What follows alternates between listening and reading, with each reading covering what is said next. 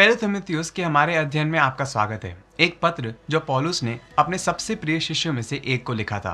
आज हम कलीसियाई प्रशासन के बारे में तीमुथियुस को दिए गए पौलुस के निर्देशों का अध्ययन करेंगे। पौलुस तीमुथियुस को कलीसिया में शिक्षा देने के उद्देश्य की याद दिलाते हुए आरंभ करते हैं। पहला तीमुथियुस 1:5 में कहते हैं, इस आग्रह का प्रयोजन है वह प्रेम जो पवित्र हृदय, उत्तम चेतना और छल रहित विश्वास से उत्पन्न होता है। पौलुस इस मानसिकता में इस युवा शिष्य को अपनी सारी सलाह देते हैं। सेवक तर्क जीतने या महत्वपूर्ण लगने के लिए ज्ञान प्राप्त नहीं करता है, बल्कि परमेश्वर की झुंड को ध्वनि सिद्धांत या विश्वासों में स्थापित करने के लिए ज्ञान प्राप्त करता है। सेवक की भूमिका विश्वास और प्रेम के द्वारा अपनी भेड़ों को मसीह की ओर ले जाना है। पौलुस फिर खुद को मसीह के एक सेवक के उदाहरण के रूप में इंगित करते हैं, इसलिए नहीं कि वह सिद्ध हैं, बल्कि इसलिए कि वह पहचानते हैं कि उनकी ताकत प्रभु से आती है। पौलुस का जीवन पापियों के प्रति परमेश्वर के अनुग्रह और परमेश्वर द्वारा परिवर्तित जीवन से आने वाले प्रेम का प्रमाण है। उनका जीवन अनुकरण करने योग्य है, क्योंकि उनका जीवन यीशु का अनुकरण है। अब अध्याय 2 पौलुस के निर्देश की शुरुआत उस बात से करते हैं जिसे वह सेवकाई का हृदय मानते हैं, प्रार्थना। इससे पहले कि वह सेवक के काम को कैसे करें, इसके वर्णन में जाएं, पौलुस कहते हैं कि आपको प्रार्थना करनी चाहिए। पहला तीमुथियुस 2:1 में पौलुस केवल प्रार्थना कहने से संतुष्ट नहीं होते, बल्कि वह कहते हैं, सबसे पहले मेरा विशेष रूप से यह निवेदन है कि सबके लिए आवेदन, प्रार्थनाएं, अनुरोध और सब व्यक्तियों की ओर से धन्यवाद दिए जाएं। क्या आपने देखा कि इस आयत में प्रार्थना के लिए 4 अलग अलग शब्दों का इस्तेमाल किया गया? अगले पद हमें बताते हैं कि प्रार्थना इतनी महत्वपूर्ण क्यों है। हम पढ़ते हैं कि प्रार्थना के द्वारा हम कलीसिया के भीतर शांति, सत्य का ज्ञान और एकता प्राप्त कर सकते हैं। यह प्रार्थना के द्वारा भी है कि अविश्वासियों को बचाया जा सकता है। ये ऐसे लक्ष्य हैं जो किसी भी कलीसिया प्रशासन के होने चाहिए, परंतु पौलुस कहते हैं कि बिना प्रार्थना के इन्हें प्राप्त करना असंभव है। इसके अलावा हम 2:8 में पढ़ते हैं, इसलिए मेरी इच्छा है कि हर कहीं सब पुरुष पवित्र हाथों को ऊपर उठाकर परमेश्वर के प्रति समर्पित हो, बिना किसी क्रोध अथवा मनमुटाव के प्रार्थना करें। यह आराधना की एक सुंदर तस्वीर है, लेकिन आप शायद सोच रहे होंगे कि मैं अपनी कलीसिया में इस तरह से प्रार्थना करने के लिए कैसे प्राप्त करूं? इसका उत्तर सरल है, उन्हें पालन करने के लिए एक उदाहरण दें। स्वयं प्रार्थना करने वाले अगुवे बने। प्रार्थना की प्राथमिकता पर बल देने के बाद पौलुस तीमुथियुस को अपनी पत्री के व्यावहारिक पहलुओं के लिए एक धर्म वैज्ञानिक आधार प्रदान करते हैं। पहला तीमुथियुस 2:5 और 6 में पौलुस लिखते हैं, क्योंकि परमेश्वर एक ही है और मनुष्य तथा परमेश्वर के बीच में मध्यस्थ भी एक ही है। वह स्वयं एक मनुष्य है, मसीह यीशु। उसने सब लोगों के लिए स्वयं को फिरौती के रूप में दे डाला है। इस प्रकार उसने उचित समय पर इसकी साक्षी दी। यह यूहन्ना 14:6 में यीशु की घोषणा से अनुरूप है, बिना मेरे द्वारा कोई भी परमपिता के पास नहीं आता। पतरस प्रेरितों के काम 4:12 में यह कहते हुए पौलुस से सहमत है, किसी भी दूसरे में उद्धार नहीं है, क्योंकि इस आकाश के नीचे लोगों में कोई दूसरा ऐसा नाम नहीं है जिसके द्वारा हमारा उद्धार हो पाए। पौलुस चाहते हैं कि यह चरवाहा तीमुथियुस यह समझे कि मसीह की सच्चाई कलीसिया के अस्तित्व का आवश्यक कारण है। इसके अलावा पौलुस के शब्द परम पुरोहित संबंधी उदाहरण पर भी प्रकाश डालते हैं, अच्छा चरवाहा जो अपनी भेड़ों के लिए अपना जीवन देता है। यह कलीसिया हमें पहले तीमुथियुस में एक महत्वपूर्ण विषय पर लाती है, नेतृत्व के लिए योग्यता। सबसे पहले अध्याय 3 में पौलुस कलीसिया में सबसे प्रमुख पद पर चर्चा करते हैं, प्राचीन। इस भूमिका के लिए नए नियम में कई अलग अलग शब्दों का उपयोग किया गया है, लेकिन एक प्राचीन का सामान्य कार्य झुंड की चरवाही करने के लिए कलीसिया के भीतर देखरेख और नेतृत्व करना है। पौलुस के समय में प्राचीन और अध्यक्ष अनुवादित शब्द उसी के समान है जैसे आज हम पादरी के रूप में सोच सकते हैं। पहला तीमुथियुस 3 में जिस अन्य प्रकार के कलीसियाई अगुवे का उल्लेख किया गया है वह उपयाजक या डीकन है। उपयाजक सेवक या सहायक है। ये उपयाजक प्रचार कर सकते हैं, शिक्षा दे सकते हैं और प्रशासनिक विवरणों में मदद कर सकते हैं। उनके पास कई क्षमताएं हो सकती हैं, लेकिन उनके पास झुंड की देखरेख करने की जिम्मेदारी नहीं है। दोनों के बीच अंतर महत्वपूर्ण है, क्योंकि प्रत्येक स्थिति में कुछ भूमिकाएं और जिम्मेदारियां शामिल होती हैं। प्रेरितों के काम 6:1-6 में हम पढ़ते हैं कि जो परमेश्वर के वचन का प्रचार करने और सिखाने के लिए बुलाए गए हैं वह अपने समुदाय में भोजन भी बांट सकते हैं। इस मार्ग में कलीसिया यह मानती है कि इसके पादरी सुसमाचार के प्रचार के लिए स्वयं को पूरी तरह से समर्पित करने में सक्षम नहीं है, क्योंकि वह लोगों के इतने बड़े समूह की व्यावहारिक आवश्यकताओं की देखभाल करने में बहुत व्यस्त हैं। परिणाम स्वरूप वह मंडली में व्यावहारिक जरूरतों का ध्यान रखने के लिए सेवकों का एक और समूह बनाने का फैसला करते हैं, जिसे उपयाजक कहा जाता है, ताकि पादरी अपना ध्यान अपने लोगों की आध्यात्मिक जरूरतों पर केंद्रित कर सकें। जैसा कि आप इन योग्यताओं के माध्यम से पढ़ते हैं, पहले बड़ों के लिए और फिर उपयाजकों के लिए आप कुछ देख सकते हैं, वह लगभग समान है। जबकि हम एक पादरी और शिक्षक की भूमिका के बारे में सोच सकते हैं जो कलीसिया के भीतर अन्य सेवकों के ऊपर हैं, पौलुस उन्हें साथ साथ रखते हैं। उसी तरह एक पति अपनी पत्नी से अधिक महत्वपूर्ण नहीं होता है, फिर भी दोनों पति पत्नी की अलग अलग भूमिकाएं होती हैं। इसलिए प्राचीन और उपयाजक अलग अलग लेकिन समान रूप से महत्वपूर्ण जिम्मेदारियों को पूरा करते हैं। प्राचीन की भूमिका में थोड़ी अधिक सख्त आवश्यकताएं होती हैं, हालांकि यह केवल इसलिए है क्योंकि यह आध्यात्मिक मामलों में अधिक अधिकार की पदवी है। पहला तीमुथियुस 3:2-13 में इन दोनों कलीसियाई अधिकारियों की योग्यताएं सूचीबद्ध हैं। आइए इनकी एक सूची देखें। देखरेख करने वाले और उपयाजक दोनों को सम्मानित और संयमित लोग होने चाहिए जो निंदा से ऊपर हैं। इन अगुओं को हिंसक नहीं होना चाहिए।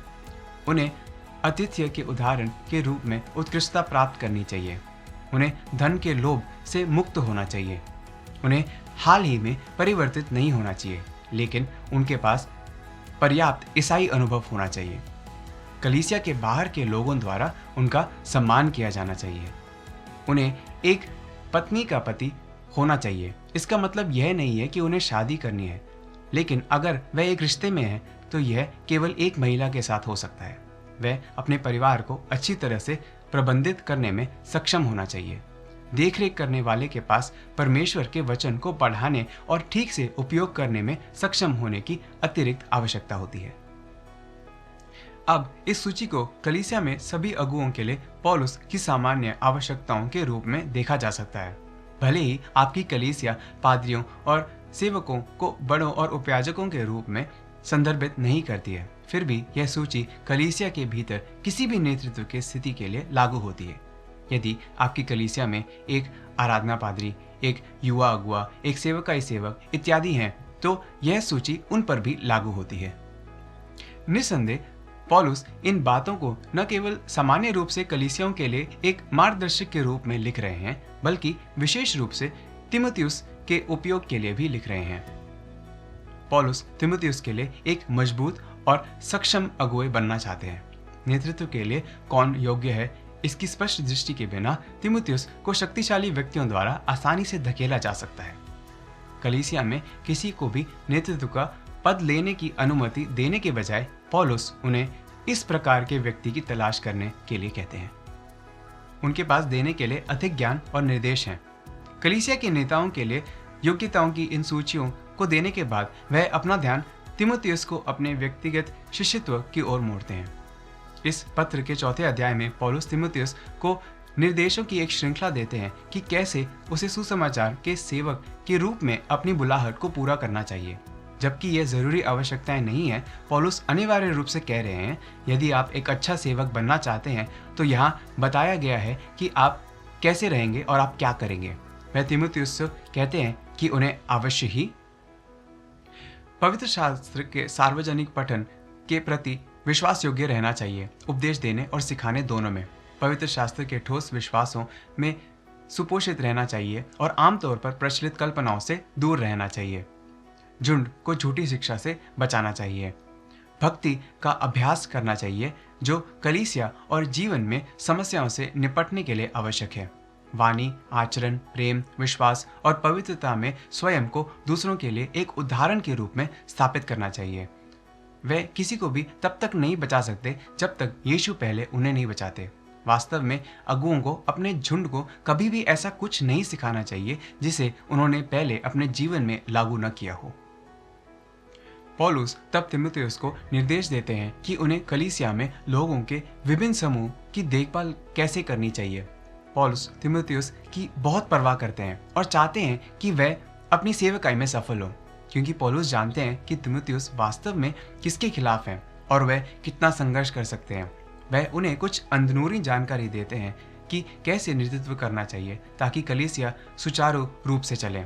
वे वृद्ध लोगों, युवा लोगों और सभी उम्र की विधवाओं की देखभाल करने के बारे में बात करते हैं। वे बताते हैं कि तीमुथियुस को अपनी कलीसिया के प्रत्येक सदस्य के साथ ऐसा व्यवहार करना चाहिए जैसे वे परिवार हों। उन्हें सम्मान, दया और चिंता दिखानी चाहिए। पौलुस तीमुथियुस को मुख्य रूप से उन विधवाओं की मदद करने के लिए कहते हैं जो गहरी जरूरत में हैं और जिनके पास उनकी देखभाल करने के लिए तत्काल परिवार नहीं है। पौलुस का कहना है कि अगर एक विधवा का परिवार है तो परिवार के उन सदस्यों को उनकी देखभाल करनी चाहिए। यह उन लोगों की मदद करने के लिए कलीसिया को मुक्त करता है जिनकी सबसे बड़ी जरूरत है। पौलुस पहला तीमुथियुस 5:8 में उन लोगों के लिए कड़े शब्दों का उपयोग करते हैं जो विधवाओं सहित अपने परिवार के सदस्यों की देखभाल नहीं करते हैं, यह कहते हुए, किंतु यदि कोई अपने रिश्तेदारों, विशेषकर अपने परिवार के सदस्यों की सहायता नहीं करता तो वह विश्वास से फिर गया है तथा किसी अविश्वासी से भी अधिक बुरा है। पौलुस ने निर्देश के विशेष शब्दों के साथ इसका पालन किया कि तीमुथियुस को युवा विधवाओं को कैसे जवाब देना चाहिए, यह सलाह देते हुए कि उन्हें शादी करके और अपने परिवार पर ध्यान केंद्रित करने की कोशिश करनी चाहिए। पहला तीमुथियुस 5 में हम सीखते हैं कि कलीसिया को सबकी चिंता करनी चाहिए, जवान और बूढ़े, बच्चे और विधवा। पौलुस तीमुथियुस को बड़ों के बारे में भी निर्देश देते हैं। अध्याय 3 का संदर्भ यह स्पष्ट करता है कि इस खंड में पौलुस उन अध्यक्षों के बारे में बात कर रहे हैं जिनके बारे में हमने पहले चर्चा की थी। यह उम्र का संदर्भ नहीं है। पौलुस के अनुसार मंडली के लिए काम करने वाले अध्यक्षों को उचित सम्मान और उदार वेतन दिया जाना चाहिए। एक देखरेख करने वाले के खिलाफ किसी भी आरोप को सावधानी से संभाला जाना चाहिए और इसके लिए मजबूत गवाह और सबूत की आवश्यकता होती है। यदि कोई दोषी पाया जाता है तो उन्हें उनके पाप के लिए सार्वजनिक रूप से फटकारा जाना चाहिए ताकि दूसरे उनके व्यवहार की नकल न करें। नेतृत्व एक पवित्र कर्तव्य है जो उच्च मानकों के साथ आता है, तो इसे गंभीरता के साथ लिया जाना चाहिए और इसका सम्मान किया जाना चाहिए। जो अच्छी अगुवाई करते हैं, जैसा कि पौलुस 5:17 में कहते हैं, वह दुगने सम्मान को प्राप्त होने चाहिए, विशेषकर वे जिनका काम उपदेश देना और पढ़ाना है। दूसरी ओर पाप के दोषी पाए जाने वालों को अगुओं के साथ दूसरे की तुलना में अधिक गंभीर व्यवहार किया जाना चाहिए, जैसे कि याकूब 3:1 में कहा गया है मेरे भाइयों, तुम में से बहुत से को उपदेशक बनने की इच्छा नहीं करनी चाहिए। तुम जानते ही हो कि हम उपदेशकों का और अधिक कड़ाई के साथ न्याय किया जाएगा। अब जबकि ये निर्देश विशेष रूप से तीमुथियुस को उनके लाभ के लिए दिया गया था, उन्होंने पिछले 2000 वर्षों में पादरियों को अपनी कलीसियाओं को ठीक से प्रबंधित करने और सेवकाई के कार्य के लिए अपनी कलीसिया को बेहतर ढंग से सुसज्जित करने में मदद की है। इस पत्र में दिए गए निर्देश उन सभी पर लागू होते हैं जो कलीसिया के भीतर नेतृत्व की पदवी में है। जैसे हम समाप्त करते हैं, अपने स्वयं के जीवन पर एक नजर डालें और देखें कि आप इस पत्र में पौलुस द्वारा स्थापित मानकों के विरुद्ध कैसे मापते हैं। चाहे आप वर्तमान में कलीसिया के अगुए हैं या नहीं, पौलुस तीमुथियुस को जो सलाह देते हैं वह प्रत्येक विश्वासी पर लागू होती है। क्या आप प्रार्थना को अपनी पहली प्राथमिकता बनाते हैं? क्या आप नेतृत्व के लिए दी गई योग्यताओं को पूरा करते हैं? क्या आप अपना आचरण इस तरह करते हैं जिससे विश्वास और साहस प्रदर्शित होता है? यदि नहीं, तो इस पत्र में पौलुस के शब्द आपके लिए हैं। परमेश्वर से आपको अनुग्रह प्रदान करने के लिए कहें और आपको उनके पुत्र की छवि में अधिक से अधिक रूपांतरित होने की शक्ति दें। यदि पौलुस, जिन्होंने अपने पुराने जीवन में बहुत पाप किए हैं, एक आदर्श कलीसियाई अगुवे का उदाहरण बन सकते हैं, तो कल्पना करें कि परमेश्वर आपके जीवन के साथ क्या कर सकते हैं।